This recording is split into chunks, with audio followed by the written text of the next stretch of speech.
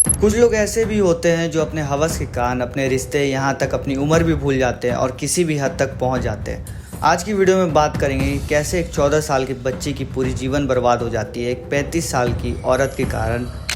असल में होता क्या है, बिहार के एक ज़िले में एक छोटा बच्चा रहता था जिसका नाम था प्रियांशु और उसकी उम्र थी 14 साल। प्रियांशु के घर में उसके साथ उसके माता पिता रहते थे और उसके घर में केवल 3 मेंबर थे उसे मिला के।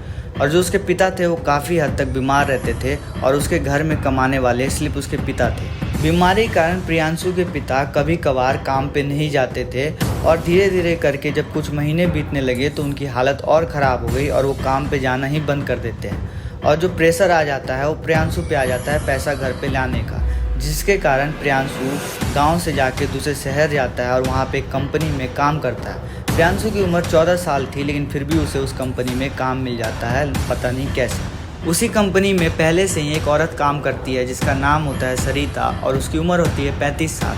वो प्रियांशु को देख के पूछती है कि तुम्हारा नाम क्या है और तुम कहाँ से आए हो। प्रियांशु से बताता है कि मेरा नाम प्रियांशु है और मैं बिहार से आया हूँ। ये सुनने के बाद सरिता थोड़ी खुश हो जाती है क्योंकि वो भी बिहार से है। प्रियांशु जैसे ही अपने घर की हालात बताता है, सरिता थोड़ी इमोशनल हो जाती है और उसे अपने घर ले जाती है और वहाँ पे खाना वाना खिलाती है। सरिता उसे बताती है कि जब भी तुम्हें अपने घर की याद आए तो तुम यहाँ आ सकते हो। वैसे भी प्रियांशु उसे अपनी चाची बोलता था और जो सरिता थी उसे अपने बेटे जैसा मानती थी। इसे देखने के बाद जो प्रियांशु था थोड़ा खुश हो जाता है क्योंकि इतनी दूर अपने घर से आया था वो काम करने और वहाँ पे उसे अपनापन जब मिला तो वो थोड़ा सा खुश हो जाता है वहाँ पे। सरिता के घर में उसके 2 बच्चे और उसके पति उसके साथ रहते हैं। जो सरिता का पति है उसी सेम कंपनी में काम करता है जिस कंपनी में प्रियांशु और सरिता काम कर रहे होते हैं। सरिता का पति जब काम पे जाता तो सरिता उन दोनों बच्चों को देखती और जब सरिता काम पे जाती है तो उसका पति उन दोनों बच्चों को घर पे देखता। होता क्या है, एक दिन सरिता का पति बोलता है आज कंपनी में बहुत ज़्यादा काम है और जिसके कारण मैं आज रात घर नहीं आने वाला, कंपनी में ही बैठ के काम करने वाला हूँ। सरिता बोलती है ठीक है, मैं घर चली जाती हूँ और घर पे मैं अकेली रहूँगी और 2 बच्चे भी है जिसके कारण मैं प्रियांशु को घर लेके चली जाती हूँ। सरिता का पति बोलता है ठीक है, तुम प्रियांशु को घर लेके चली जाओ।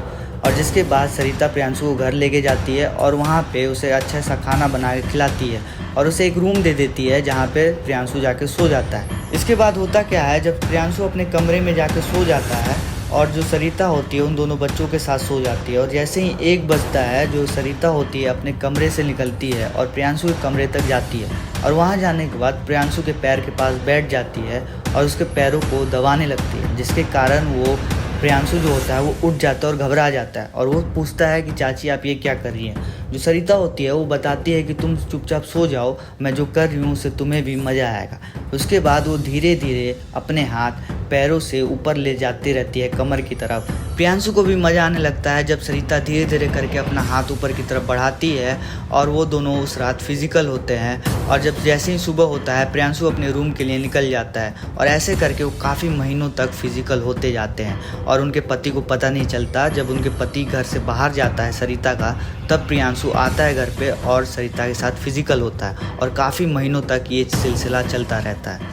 एक दिन अचानक से उसका पति घर पे आ जाता है और देखता है कि सरिता और जो प्रियांशु एक कमरे में फिजिकल हो रहे होते हैं। उसे देखने के बाद वो गुस्सा बिल्कुल भी नहीं होता सरिता का पति, वो चुपचाप जाके एक कमरे में बैठ जाता है जिस कमरे में उसके दोनों बच्चे होते हैं। उसके बाद जो सरिता होती है वो फिजिकल हो जाती है। उसके बाद फिजिकल होने के बाद वो जब पूरा कंप्लीट कर लेती है उस कमरे से निकलती है और निकलने के बाद वो जब अपने बच्चों के कमरे में जाती है वो देखती है कि उसका पति ऑलरेडी वहाँ पे बैठा होता है। तो उसे पता चल जाता है कि शायद इसने सब कुछ देख लिया और ये चीज़ देखने के बाद जो सरिता होती है वो पूरी शॉक हो जाती है। सरिता का पति उसके बाद दोनों को बैठाता है, प्रियांशु और सरिता को, अपने सामने और उन्हें समझाता है बड़े प्यार से, बिल्कुल भी वो गुस्सा नहीं करता। वो सरिता को समझाता है कि तुम तो बड़ी हो, तुम उसका लाइफ बर्बाद कर रही हो, तुम्हें ये सब नहीं करना चाहिए। और वो प्रियांशु को भी बताता है कि तुम अपनी लाइफ को बर्बाद कर रही हो, तुमको भी ये सब चीज़ नहीं करना चाहिए। और प्रियांशु और सरिता को बोलता है कि तुम दोनों एक दूसरे से अब कभी नहीं मिलोगे। और ये बोल के वो प्रियांशु को अपने घर भेज देता है। उसके बाद जो प्रियांशु तो अपने रूम के लिए निकल जाता है और जो प्रियांशु को कुछ दिन बीतने के बाद बहुत ज़्यादा बेचैनी होने लगता है क्योंकि वो पूरा सेक्स एडिक्ट हो जाता है, क्योंकि वो लगातार काफ़ी महीनों से ये चीज़ करता आ रहा था। इसके बाद जो प्रियांशु होता है एक दिन खुद जो सरिता का घर चला जाता है। जब उसका पति उसके घर पे नहीं होता तो उसे मिलने के लिए चला जाता है। देखो, काफ़ी दिनों से सरिता और जो प्रियांशु थे फिजिकल हो रहे थे, जिसके कारण इन दोनों के बीच में कोई भी बाउंड्रीज अब रह नहीं गई थी।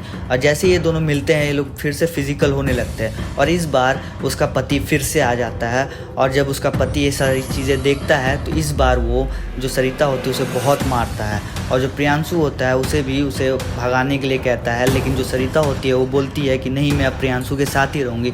और उसका पति भी गुस्से में बोलता है कि अब मैं तुम्हारे साथ नहीं रहूँगा और अपने बच्चों को लेके बिहार चला जाऊँगा। और वो वैसा ही करता है, अपने बच्चों को लेके वो बिहार चला जाता है।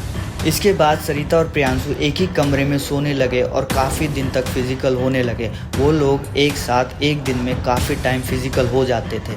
धीरे धीरे करके जो सरिता थी वो प्रियांशु पे प्रेशर बनाने लगी शादी के लिए। लेकिन प्रियांशु मना करता था, क्योंकि प्रियांशु की उम्र थी 14 साल और उसके घर वाले भी नहीं मानते। तो वो उसे समझाता था कि मैं अभी बच्चा हूँ और मेरे पेरेंट्स भी नहीं मानेंगे। जो सरिता थी वो मानने के लिए तैयार नहीं थी और वो फोर्स करने लगी थी प्रियांशु पे। प्रियांशु डरने लगा था सरिता से, क्योंकि वो बच्चा था और उससे जब वो फोर्स करती थी तो वो कुछ बोल नहीं पाता था। और धीरे धीरे करके जो प्रियांशु था उसने अपने दिमाग में उसे मारने का प्लान बनाने लगा। और एक दिन वो मार्केट गया और वहाँ से एक चाकू खरीदी। और अगले दिन जब वो सरिता से मिलने गया था और जब सरिता सो रही थी बेड पे, तो उसके छाती और पेट पे चाकू मार के उसकी हत्या कर देता है। प्रियांशु मर्डर करने के बाद वहाँ से भाग जाता है। और जैसे ही पुलिस को पता चलता है कि सरिता का मर्डर हो गया है, पुलिस वहाँ पे पहुँचती है। और पहुँचते ही सरिता के पति को फ़ोन लगाती है पूछताछ के लिए। सरिता का पति जो होता है वो क्लियर कह देता है, मुझे सरिता से कोई भी मतलब नहीं है, क्योंकि वो अपने से छोटे एक लड़के के साथ, जो कि 14 साल का था, उसके साथ फिजिकल हो रही थी। जैसे ही ये बात पुलिस को पता चलती है कि जो सरिता थी उसका अफेयर था एक 14 साल के बच्चे के साथ, तो पुलिस तुरंत ही प्रियांशु को अरेस्ट करती है। और प्रियांशु से जैसे ही पूछताछ करती है, प्रियांशु क्लियर ही सब चीज़ बता देता है, क्योंकि वो डर जाता है बहुत ज़्यादा और सारी चीज़ें बता देता है कि कैसे उसने सरिता का मर्डर किया था। इसके बाद जो पुलिस होती है वो प्रियांशु को अरेस्ट कर लेती है और उसे जेल कर देती है। अब खुद सोचिए, एक 14 साल का बच्चा जिसके सर पे अपने बीमार पिता और माँ की जिम्मेदारी थी, और जो इतनी दूर अपने घर से कमाने के लिए आया था, उसकी पूरी लाइफ बर्बाद हो गई। और एक औरत जो कि इतनी अच्छी हंसती खेलती उसकी परिवार थी, लेकिन उसके हवस के कारण वो खुद मारी गई और उसका घर भी पूरा उजड़ गया। आपका क्या कहना है इस चीज़ को लेके? प्लीज़ अपने ओपिनियन कमेंट में बताइए। अगर वीडियो अच्छी लगी हो तो लाइक कीजिएगा, शेयर कीजिएगा, और ऐसी ही वीडियो के लिए मेरे चैनल को सब्सक्राइब कीजिएगा। Thank you for watching.